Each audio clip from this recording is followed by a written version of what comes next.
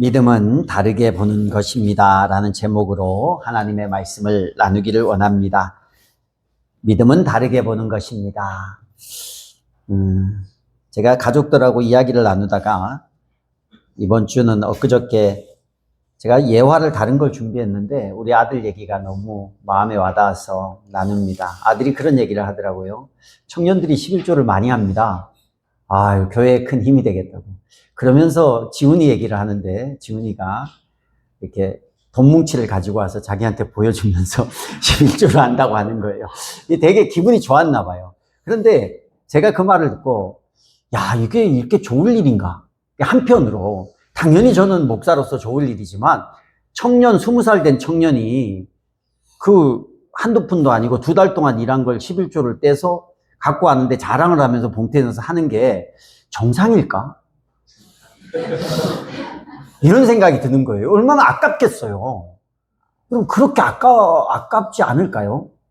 뭐 믿음이 없어서 그런지 몰라도 아까울 내용인데 그걸 자랑을 하면서 기분 좋게, 자랑인지 모르겠는데 보여주면서 어쨌든 기분 좋게 하더라는 거예요. 저는 그게 참 신기해요. 이 물질이 10,000원, 20,000원도 아까운 시대인데 그걸 헌금을 하면서 내가 이걸 지난달 못한 거를 모아서 내가 해야겠다. 생명의 삶을 듣고 이런 마음을 가지고 넣어서 이렇게 한다는 게, 그리고 그거 할 수 있다라는 게 나에게 어떤 도전이 되고 기쁨이 되고 뿌듯함이 되고 신앙의 어떤, 내가 신앙의 어떤 부분, 한 부분을 믿음을 감당했다라는 이 뿌듯함이 된다라는 게 되게 새롭게 느껴지더라고요. 이게요, 믿지 않는 사람이 보면 미쳤다고 해요.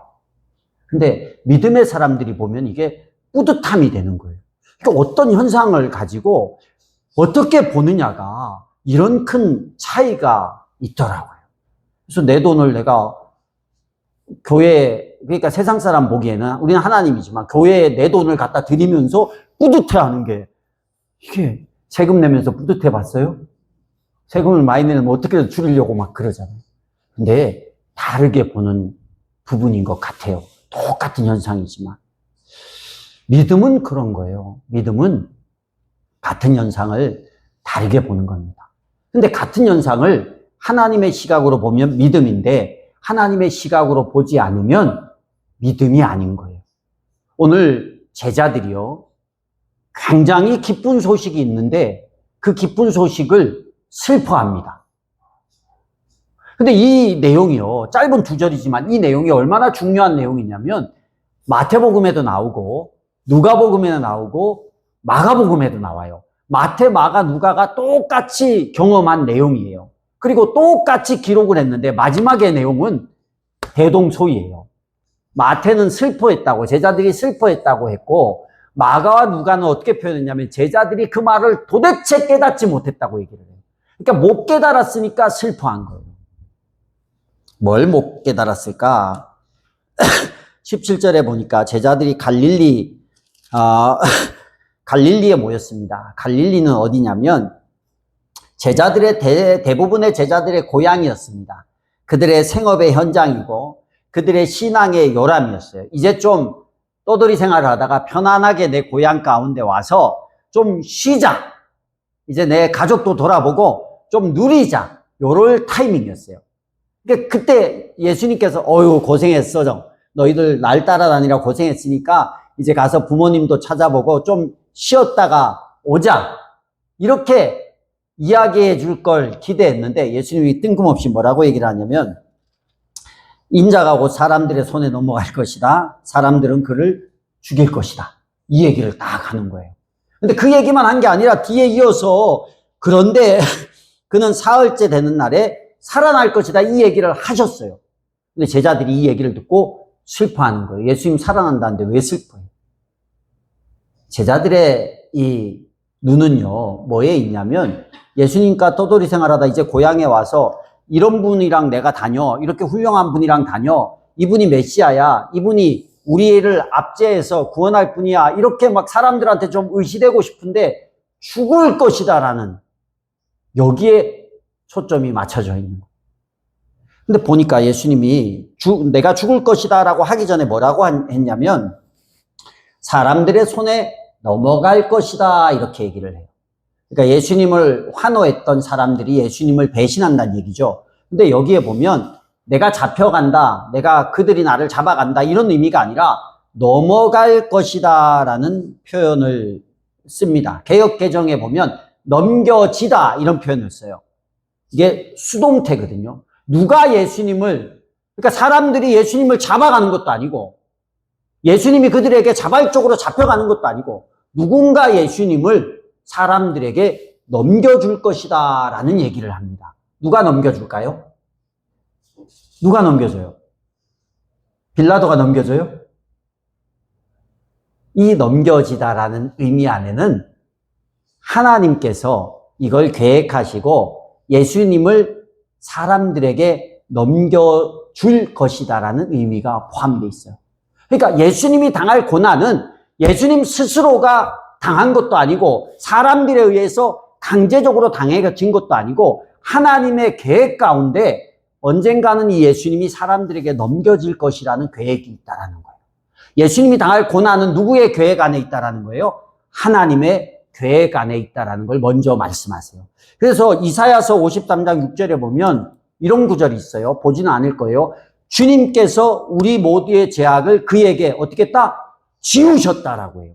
그러니까 하나님께서 우리 모두의 죄악을 예수님께 지우셨다라는 표현을 합니다.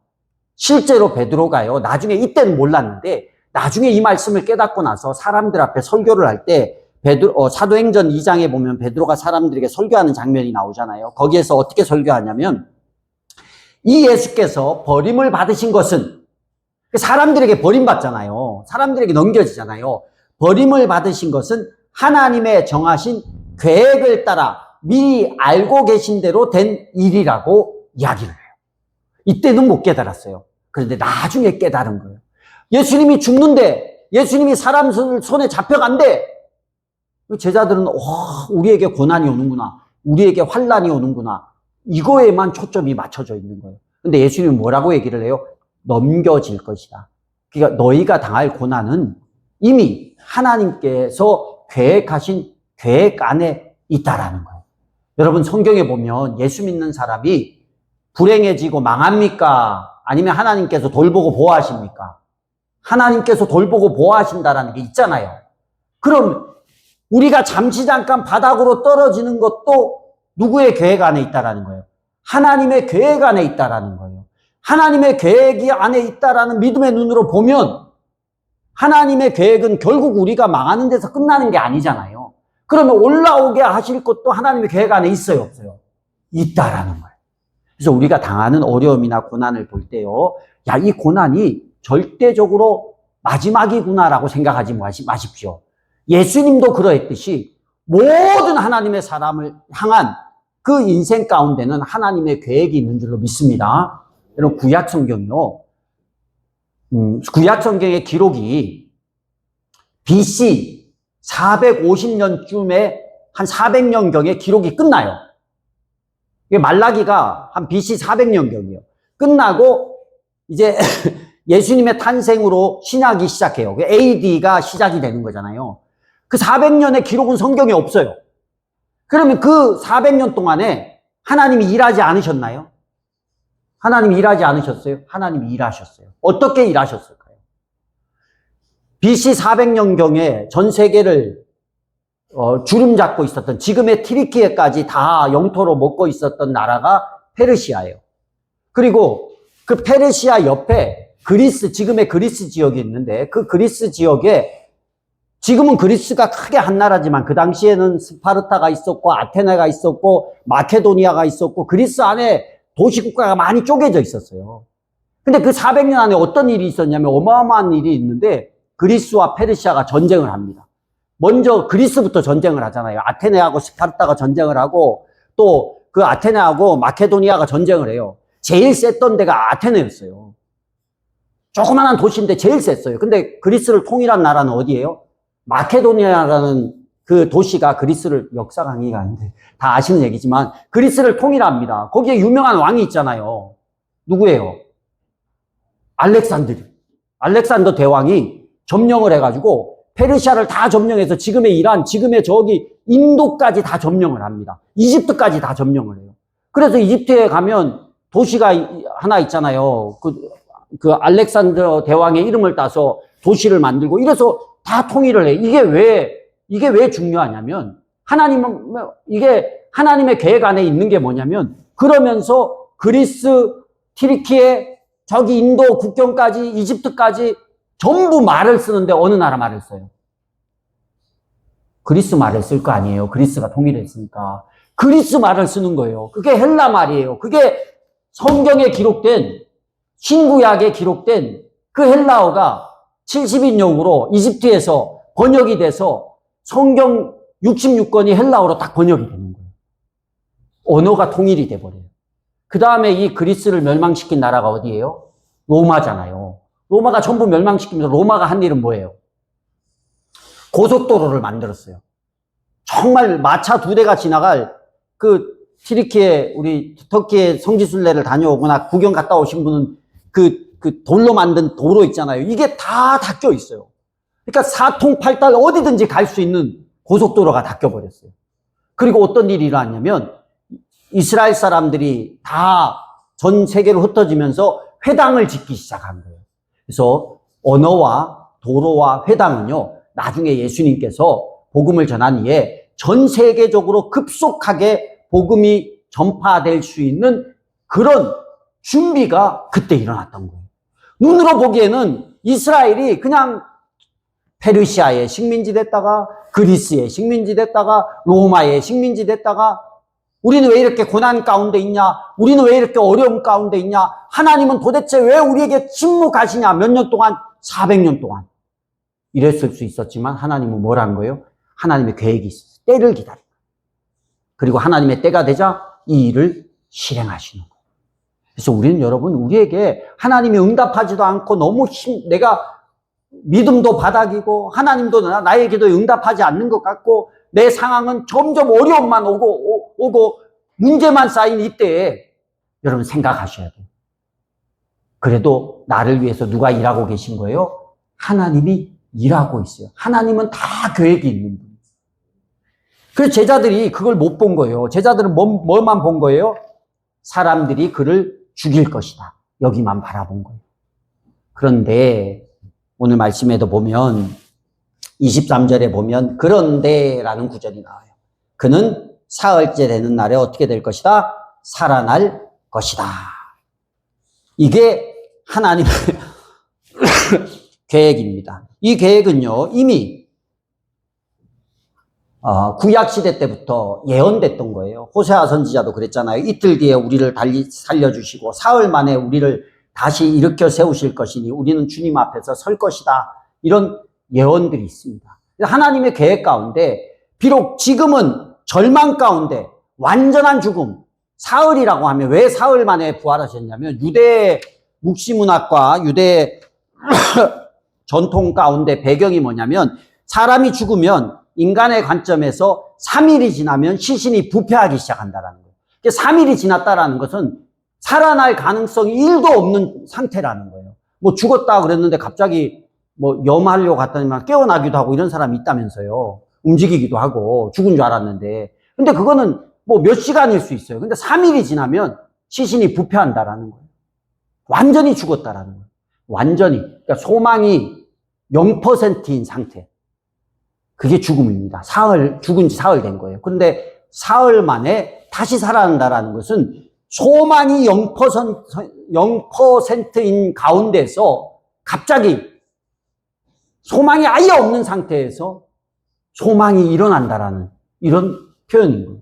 그 예수님은 내가 죽을 거야. 그런데 내가 다시 부활할 거야. 내가 너희에게 다시 올 거야. 이 얘기를 했는데 제자들의 생각은 그건 이해를 못하는 거예요. 죽으면 끝이라는 거예요.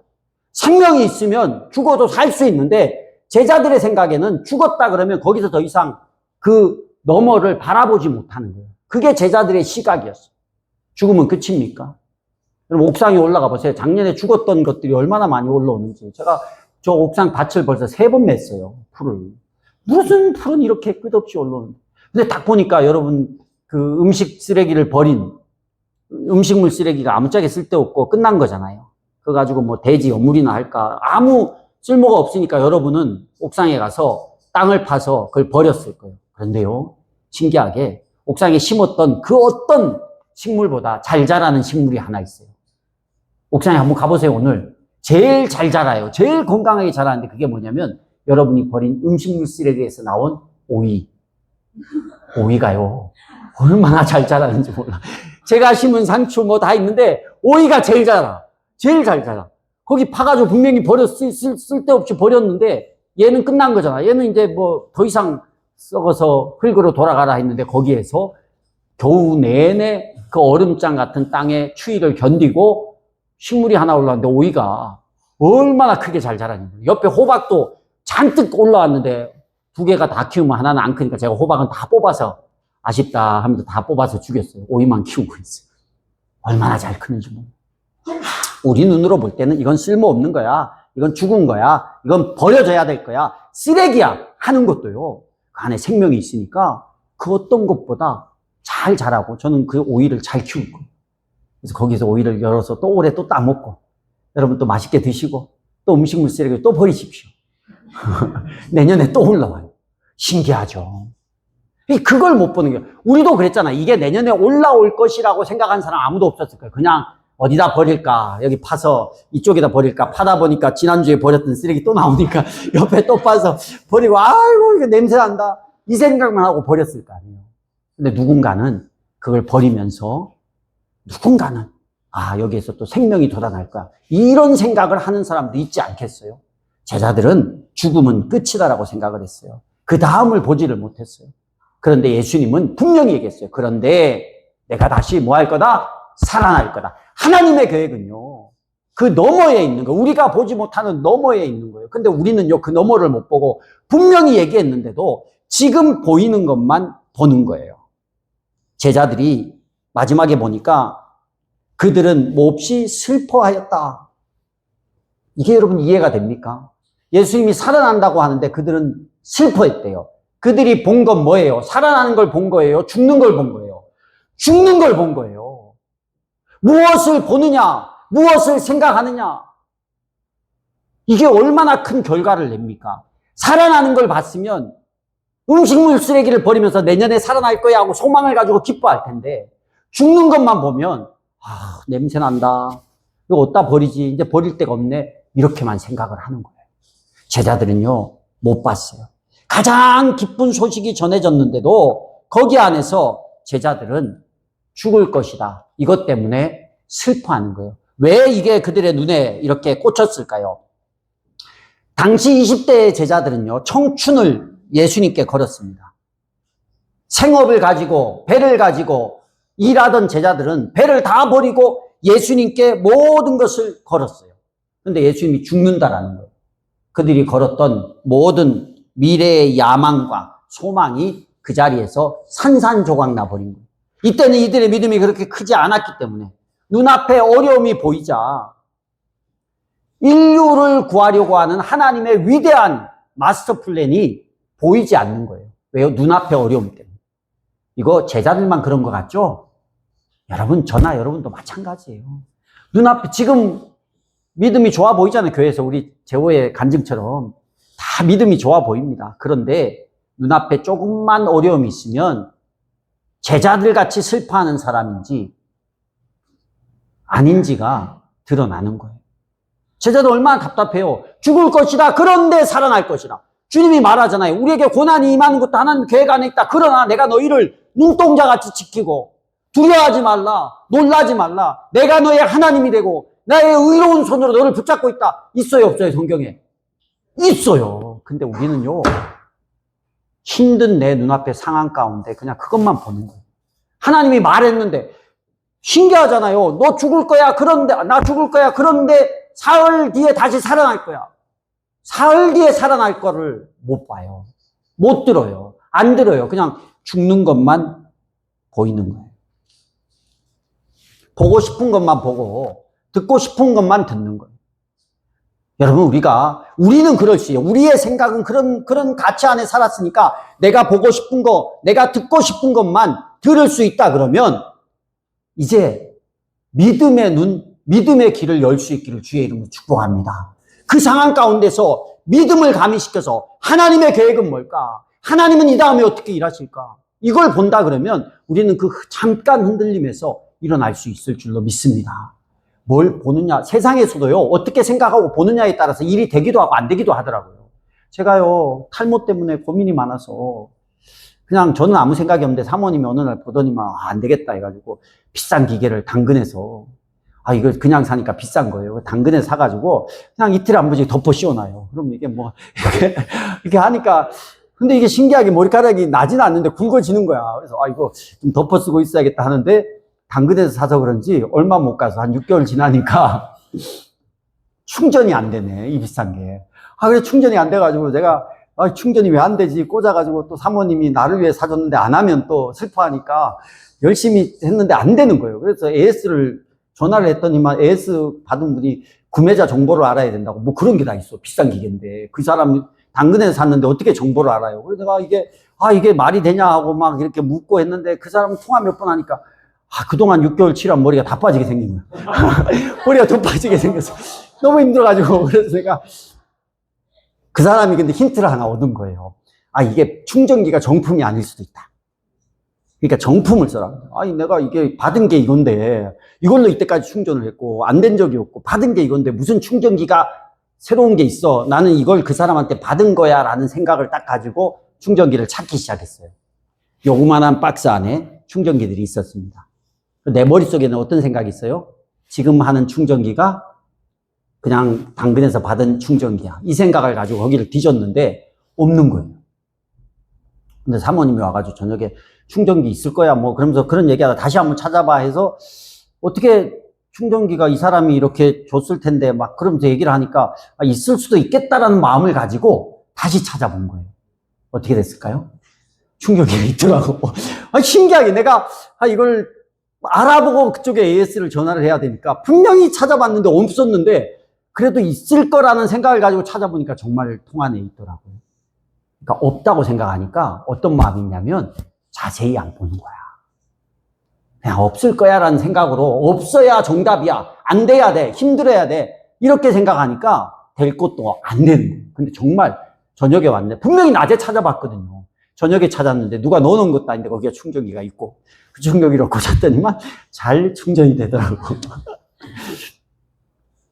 여러분 우리 그냥 세상 사는데도 그래요. 없다고 안 된다고 생각하면 안 되고 없는 거예요. 내 스스로가 그렇게 나를 만들어 버리는 거예요. 더 안 될 거라고. 우리는 죽을 거야. 예수님 죽을 거야. 우리는 망할 거야. 우리가 3년 동안 이제 예수님과 따라다닌 것은 헛짓한 거야. 얼마나 좌절이 됐겠어요. 그러니까 우는 거예요. 그러니까 슬퍼했던 거예요. 그러니까 그런데 사흘 뒤에 내가 살아날 것이야. 이 소리가 안 들리는 거예요. 여러분 힘들어 보면 하나님의 약속이고 뭐고 아무것도 안 들리는 거예요. 하나님이 내가 힘든 그때에도 나를 바라보고 계시고 내가 어려운 그 상황에도 나를 지키고 계시고 나를 세울 계획을 가지고 있는데 우리는 계속 스스로가 듣고 싶은 것만 듣는 거예요. 힘든 것만 듣는 거예요. 보고 싶은 것만 보는 거예요. 그러니 세상이 점점 힘들어지고 어떤 사람이 좋은 얘기를 해줘도 내가 듣고 싶은 대로만 들으니까 내가 보고 싶은 대로만 보니까 그 얘기가 하나도 나에게 소망이 안 되고 오히려 나에게 눈물이 되는 거예요. 여러분 우리는 믿음의 눈을 가질 수 있기를 주의 이름으로 축복합니다. 정말 믿음은 다르게 보여요. 믿음은 다르게 보는 능력이 있어요. 세상의 눈으로 세상의 생각으로 사람들의 소리나 말과 상황 가운데서 내가 해석하지 마시고 믿음을 가지고 다르게 그것을 볼 수 있는 그러면 울지 않아요. 그러면 답답해하지 않아요. 제자들이요 울고 깨닫지 못하니까 답답해했어요. 그런데 그거는 그냥 제자들의 가치관으로 봤기 때문입니다. 믿음의 눈으로 바라보면요 내가 하나님 앞에 헌금하면서도 뿌듯한 거예요. 왜요? 하늘에 보좌가 쌓이는 거예요. 그거 어차피 다른 데로 다 나가더라고요. 딴 데 다 쓰더라고요. 믿음의 눈으로 보면요 내 몸이 좀 아파도 하나님의 은혜를 경험할 수 있는 귀한 기회가 될 수도 있고 내 상황이 조금 어려워도 그 상황 가운데 도우시는 하나님을 볼 수 있는 기회가 돼요. 하나님은 우리와 함께 하시고 우리가 사망의 음침한 골짜기로 다닐지라도 해를 두려워하지 않을 것은 왜요? 주께서 나와 함께 하기 때문에. 내가 이 어려운 상황에도 주님께서 나와 함께하니 내가 무슨 걱정이 있어. 우리 생명의 삶 간증자들 들었잖아요. 상호 형제도. 믿음 없이 가면 힘든데 주님이 내가 주님을 등에 업고 가니 뭐 그렇게 그런 상사가 있었단 말이야. 나를 힘들게 하는 상사를 봐도 어떻게 그게 힘들지 않지? 회사에 가서 나한테 자꾸 뭐 업신여기면 여러분 그 소리 얼마나 힘들어요. 근데 그게 힘들지 않다라는 거예요. 왜요? 믿음으로 다르게 보니까 그런 결과가 있는 거예요. 부활을 볼 수 있는 여러분 되기를 원합니다. 죽음만 보는 게 아니라 예수의 부활을 믿음으로 볼 수 있는, 그래서 세상을 다르게 보는 하나님의 사람들이 될 수 있기를 주의 이름으로 축복합니다. 하나님을 기쁘시게 이웃을 행복하게 영혼 구원하여 제자 삼는 교회 예수가족교회